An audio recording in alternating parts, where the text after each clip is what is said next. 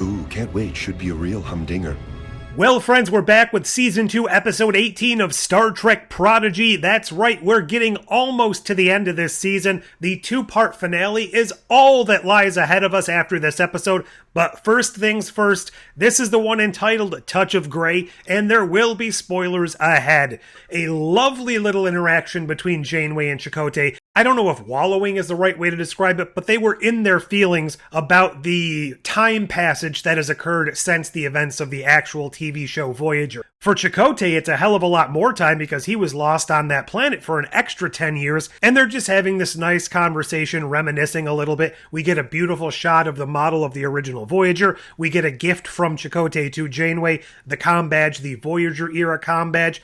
All of that was great stuff, and they snapped to it once they realized, obviously, there is a mission to go on here. They need to rescue the kids. Wesley Crusher has lost his abilities for the time being. Now, the doctor is unable to really determine how long they're going to be gone for, and I just realized I'm still wearing my glasses. Love the fact that we got a traditional away team assembly here of the original Voyager crew being Chakotay, Janeway, and the doctor, as well as Wesley Crusher. I like the fact that they were so involved in this mission here. We actually got to see them going off to save the crew of the Protostar, who was captured by Asencia and forced to battle another imprisoned character, that being a lone Loom.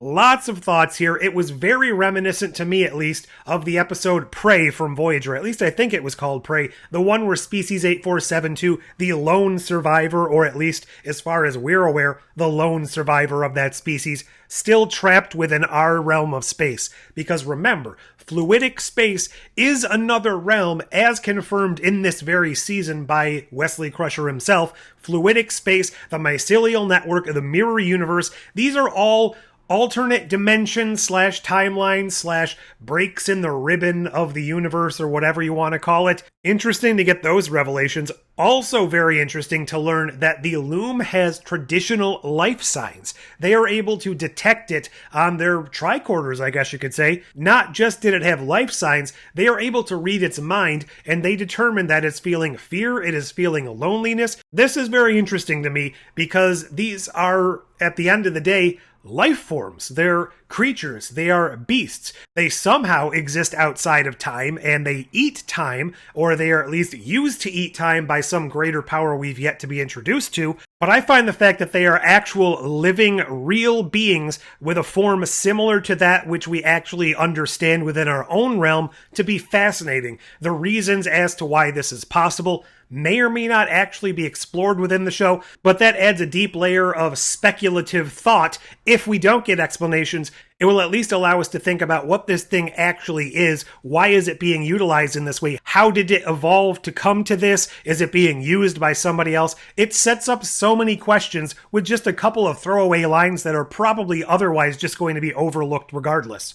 Well, it did feel maybe just a smidgen oversimplistic with the way they were able to infiltrate and escape. I don't necessarily fault them for this. This is a very seasoned group of people. It's Chakotay, it's Janeway, it's the Doctor, as well as Wesley Crusher, who, while not possessing the powers of a transdimensional omni being, still has all of that experience and knowledge, plus all of the Wesley Crusher better than everybody else stuff he had in original TNG anyway, so this is a pretty crack team. Then you add to that the overcompetence and the smugness that Asencia has, thinking that she's outsmarted everybody and she's the best that there ever was. I could definitely see how they could easily pull this off, especially with a small strike team as opposed to just beaming in tons and tons of forces to try and get them out through force. Nice at the very end to see that Iltheron has successfully incited that revolution or started the process towards the Civil War. Now, it's not great to have this planet come to blows, but I think the way that they're coming to it now, with the people on the sides that they are currently on, that being young Asencia and younger Iltheron, the two that were the biggest proponents of being evil in the first season,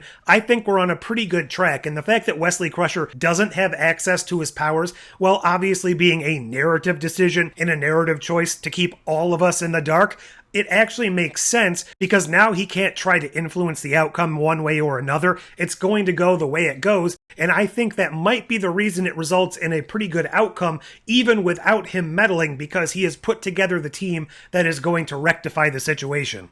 While I loved the entire process of the Doctor being undercover pretending to be Janeway, very reminiscent of Renaissance Man in Voyager, I loved all of that. I like his fake out, his overacting, his use of medical terms when he was shot and pretending to die. All of that was fun. It was maybe a bit over the top, but that was definitely supposed to be the case here. The one thing that did feel a bit off to me, and I understand and I recognize this is a very minor nitpick, but he materialized out of nowhere later on. He just pretty much popped up behind our characters after the rescue and asked, "How goes the escape?" or something like that. But how did he do this? It was almost like he just appeared out of nowhere, obviously with his mobile emitter.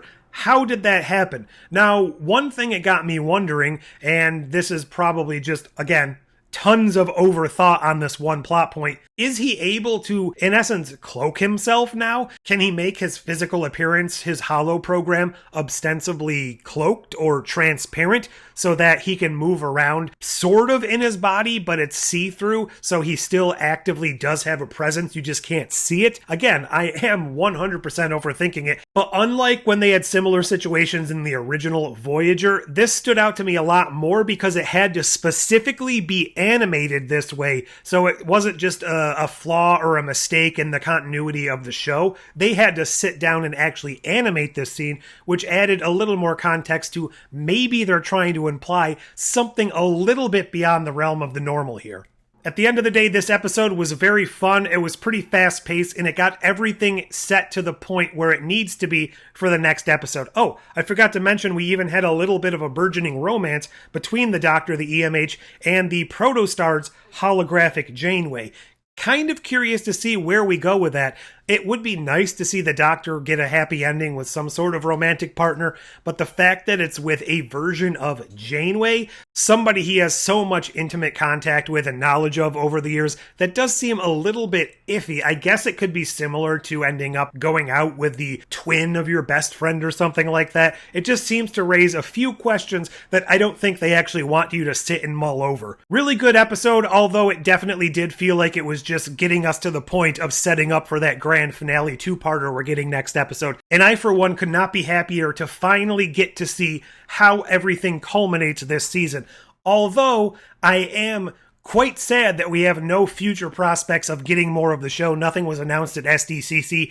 If some miracle happens and we do save Prodigy because it is very loved on Netflix, they do come back with another season, a movie, any sort of continuation, we're definitely not going to see it for quite some time. Probably at least a year and a half, I would imagine. So, gotta savor it while I can. 2 episodes left that I have not seen. Did you enjoy this episode? And what do you think all of the grand revelations will be at the end of the day? Obviously, with this binge release model, a lot of people out there have seen it, so please don't spoil anything for people in the comments who haven't seen the finale yet, myself included.